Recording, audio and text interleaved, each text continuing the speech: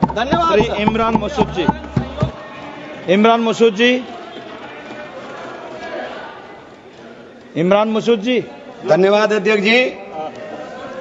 माननीय सभापति महोदय, बाबा साहेब भीमराव अंबेडकर से लिखे हुए इस संविधान में बाबा साहेब भीमराव अंबेडकर ने हमारे संरक्षण का, देश के अंदर रहने वाले प्रत्येक नागरिक के संरक्षण का वादा किया। बाबा साहेब ने कहा, राजनीतिक लोकतंत्र तब तक नहीं टिक सकता जब तक उसके आधार में सामाजिक लोकतंत्र न हो। और सामाजिक लोकतंत्र का अर्थ है एक ऐसी जीवन शैली जो स्वतंत्रता, समानता और बंधुत्व के जीवन के सिद्धांतों के रूप में मान्यता देती है। मान्यवर, वक्फ बिल ला करके जिन्होंने इस वक्फ बिल को ड्राफ्ट किया, मुझे बड़ा ताज्जुब होता है बार बार। वक्फ के बारे में आपको जानकारी, वक्फ है क्या? वक्फ एक फरीजा है हर मुसलमान के लिए, जो जिसकी जो हैसियत है वो अपनी हैसियत के हिसाब से अपनी प्रॉपर्टी को या किसी भी चीज को अल्लाह की राह में वक्फ करता है। और इस वक्फ के जो ड्राफ्ट करने वाले लोग थे, जो उन्होंने बिल ड्राफ्ट किया था, उनमें मैक्सिमम लोग वो थे जिनको वक्फ के बारे में जानकारी नहीं थी। और मैं एक बात बहुत दावे के साथ कहता हूं कि 90% लोग ये नहीं बता पाएंगे, मुसलमान के अलावा, कि पाकी और नापाकी क्या होती है। तो आप वक्फ को क्या जानेंगे? ये जो बार बार कह रहे हैं कि मुस्लिम में सदस्य, गैर मुस्लिम सदस्य शामिल होने चाहिए, नहीं होने चाहिए, वक्फ को मुसलमान समझता है, जानता है, इसकी जो जरूरत है उसको पहचानता है, इसलिए इस बात को कहा जा रहा है। वरना सारा प्रबंधन जो वक्फ बोर्ड का है वो तो सरकारों के ही हाथ में है।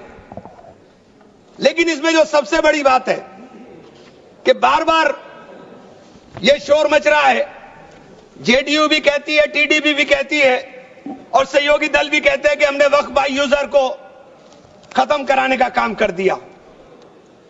माननीय अध्यक्ष जी, मैं इसकी धारा 3R1 को, जिसके अंदर वक्फ बाय यूजर था, उसको हटा दिया गया। और क्या शामिल किया गया, मैं ये पढ़ करके बता रहा हूं, ये बिल है, इसके अंदर लिखा है, परंतु वक्फ संशोधन अधिनियम 2025 के प्रारंभ पर या उसके पूर्व उपयोगकर्ता द्वारा वक्फ के रूप में रजिस्ट्रीकृत संपत्तियों को उपयोगकर्ता द्वारा विद्यमान वक्फ इसके वक्फ संपत्ति के रूप में बना रहेगा, सिवाय, बस आगे आ गया काम, सिवाय संपत्ति पूर्णतः या भागतः विवादाग्रस्त है या कोई सरकारी संपत्ति है। माने सभापति महोदय, 2005-6 में विभिन्न राज्य के बोर्डों द्वारा सच्चर कमेटी के समक्ष ये कहा गया, दिल्ली में 316, राजस्थान में 60, कर्नाटक में 42, मध्य प्रदेश में 53, उत्तर प्रदेश में 60, उड़ीसा में 53 ऐसी प्रॉपर्टी हैं जिनके ऊपर सरकार के कब्जा किया हुआ है। इसके बाद जब ये लागू हो जाएगा तो इसके ऊपर से वक्फ का अधिकार खत्म हो जाएगा। दूसरी चीज मैं कहना चाह रहा था, जब आपने सिवाय संपूर्ण और पूर्णतः लिखा और या भागतः लिखा, तो आपने पूरी तैयारी कर करके लिखा। उत्तर प्रदेश इसका सबसे बड़ा उदाहरण है। उत्तर प्रदेश में 11,400 हेक्टेयर लैंड वक्फ की, 14,000 हेक्टेयर में से 14,500 में से 11,500 हेक्टेयर लैंड को सरकारी घोषित कर दिया गया है। 78% लैंड को सरकारी बता दिया गया है। और सरकारी लैंड कौन सी है?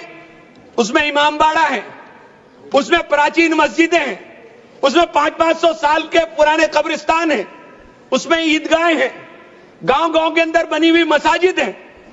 और आप कह रहे हैं कि आपने वक्फ बाय यूजर खत्म करा दिया।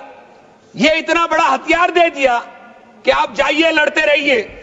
इसके साथ ही इन्होंने कहा कि साहब, अब जब कोई विवाद पैदा होगा तो उस विवाद की स्थिति में डेजिग्नेटेड ऑफिसर उसको सुनने का काम करेगा और वो तय करने का काम करेगा कि ये प्रॉपर्टी किसकी है।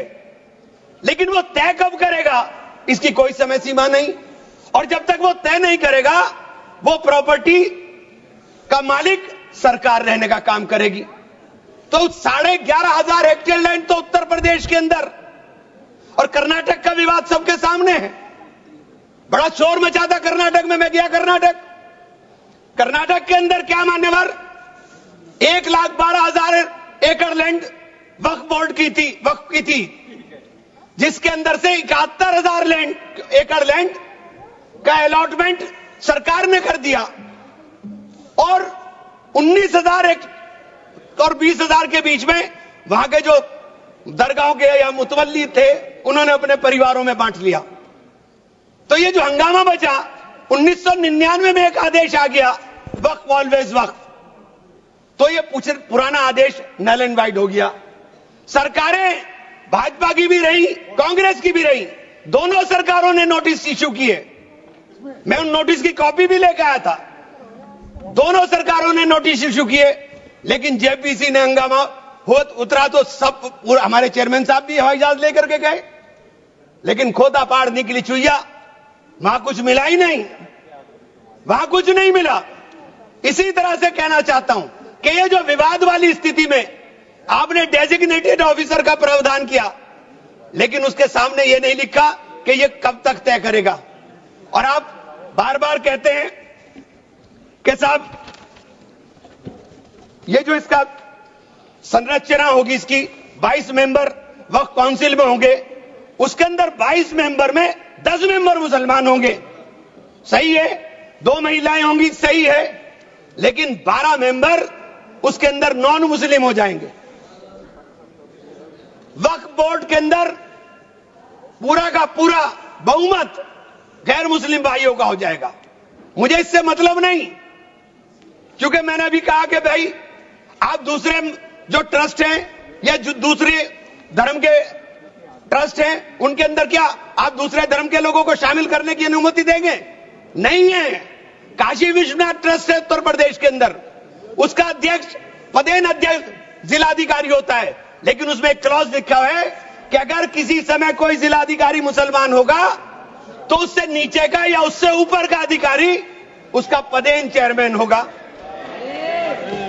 आप मुसलमान के ऊपर यह शर्त लागू करते हैं, आप मुसलमान के ऊपर यह शर्त लागू करते हैं कि इसके ऊपर लिमिटेशन एक्ट, विधेयक के खंड 40A की धारा 107 जो वक्फ संपत्तियों की समय सीमा को अधीन करता था, लिमिटेशन एक्ट लागू करता था, आपने हटा करके 108 और इससे 41 में 108 और 108A को हटा दिया।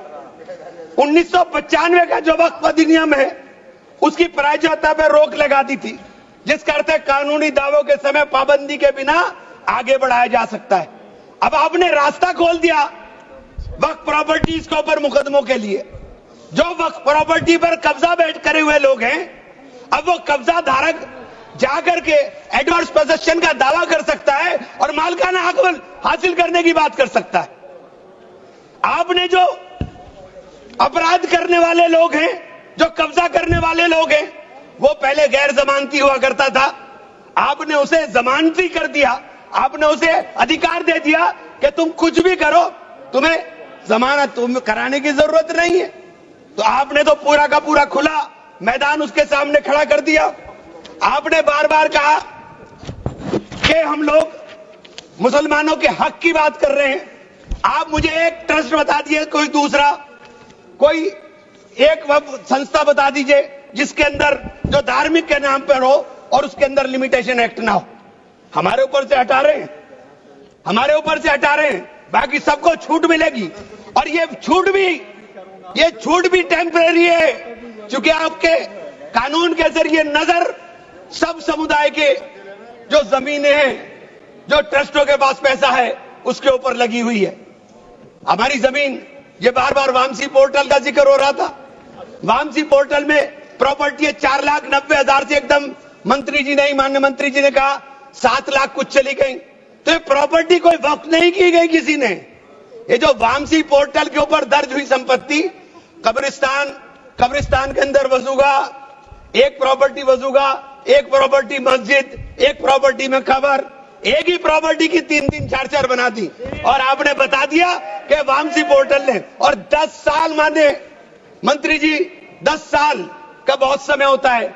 जो काम आप 10 साल में पूरी संपत्तियों का रजिस्ट्रेशन नहीं कर सके, मान्यवर प्लीज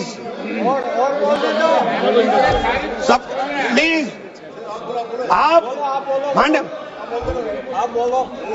नहीं, वामसी पोर्टल पर आपने बार बार 10 साल में काम नहीं कर सके। आप कह रहे हैं कि 6 महीने के अंदर सारी संपत्तियों का रजिस्ट्रेशन करा लेना, और सारी संपत्तियों का अगर रजिस्ट्रेशन नहीं होगा तो वो संपत्ति वक्फ की नहीं बचेंगी। रजिस्ट्रेशन कौन करेगा? रजिस्ट्रेशन आपके अधिकारी करेंगे। जब 10 साल में नहीं कर सके तो 6 महीने में कैसे करेंगे? और ये पूरी तरीके से संविधान विरोधी कानून है। साथ अनुच्छेद 14, अनुच्छेद 16, अनुच्छेद 26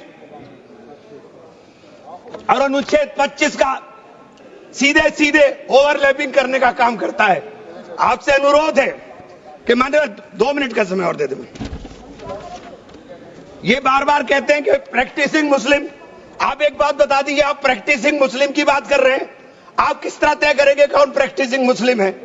ये कौन बताएगा कि आपकी क्या परिभाषा है प्रैक्टिसिंग मुस्लिम की? सारे मुसलमान 5 वक्त नमाज नहीं पढ़ते, सारे मुसलमान रोजा भी नहीं रखते, और उसका पैमाना क्या होगा कि वो मुसलमान है कि नहीं है? तो ये आपने रास्ते इस तरह खोल करके ये सीधे सीधे जो संविधान के अंदर हमारी धारा 14 में अधिकार है उसके ऊपर आपने अतिक्रमण करने का काम कर दिया। मैं आप लोग एक माननीय चेन्नप्पा रेड्डी के एक कथन को जरूर कहना चाहूंगा। हमारी परंपरा में सहिष्णुता सिखाती है, हमारा संविधान, यह संविधान हमें सहिष्णुता का अभ्यास कराता है। हमें इसे कमजोर नहीं करना चाहिए। यही संरक्षण दे रहा है हमें। यह बाबा साहब के सपनों का संविधान है कि उन्होंने देश के अंदर रहने वाले प्रत्येक नागरिक को, जो गरीब से गरीब नागरिक है, उसको वो अधिकार दिया जो सामने बैठे हुए हमारे प्रधानमंत्री को होगा। वो ये अधिकार बाहर सड़क पर बैठे हुए एक मजदूर को होने का काम होगा। ये बाबा साहब का संविधान है। मान्यवर, इसे कमजोर करने का काम मैं आप हाथ जोड़कर विनती करता हूं। अभी हमें सौगाते मोदी मिली, 1 सेकंड, हमें सौगाते मोदी मिली। हमें सौगाते मोदी में ईद की सवैयां नहीं चाहिए, हमें सौगाते मोदी में शिक्षा दे दीजिए, हमें सौगाते मोदी में रोजगार दे दीजिए, हमें सौगाते मोदी के अंदर मोहब्बत दे दीजिए। ये जो गोलियां छातियों पर लगती है ये मारना बंद करा दीजिए। हमें सौगाते मोदी में ये कानून देने का काम कर दीजिए। बहुत बहुत धन्यवाद। मान्यवर, धन्यवाद। माननीय सदस्य श्री अनुराग ठाकुर जी।